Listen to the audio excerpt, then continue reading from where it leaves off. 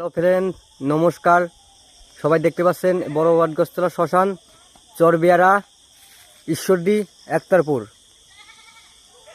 এখানে প্রবেশ নিষেধ সত্ত্বে আমি ঢুকবো। তো দেখেন এখানে অনেক সমাধি রয়েছে, আর বিশেষ করে আমার মামার সমাধি দেখেন। মামা মারা যাওয়ার পর এখানে আমরা সমাধি দিয়েছি।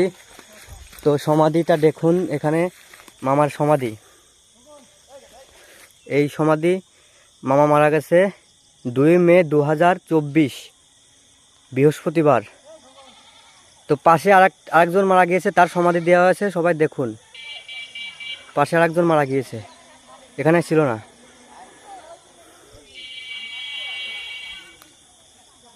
তো মামাকে এখানে আমরা রেখেছি, সমাধি দেওয়া হয়েছে।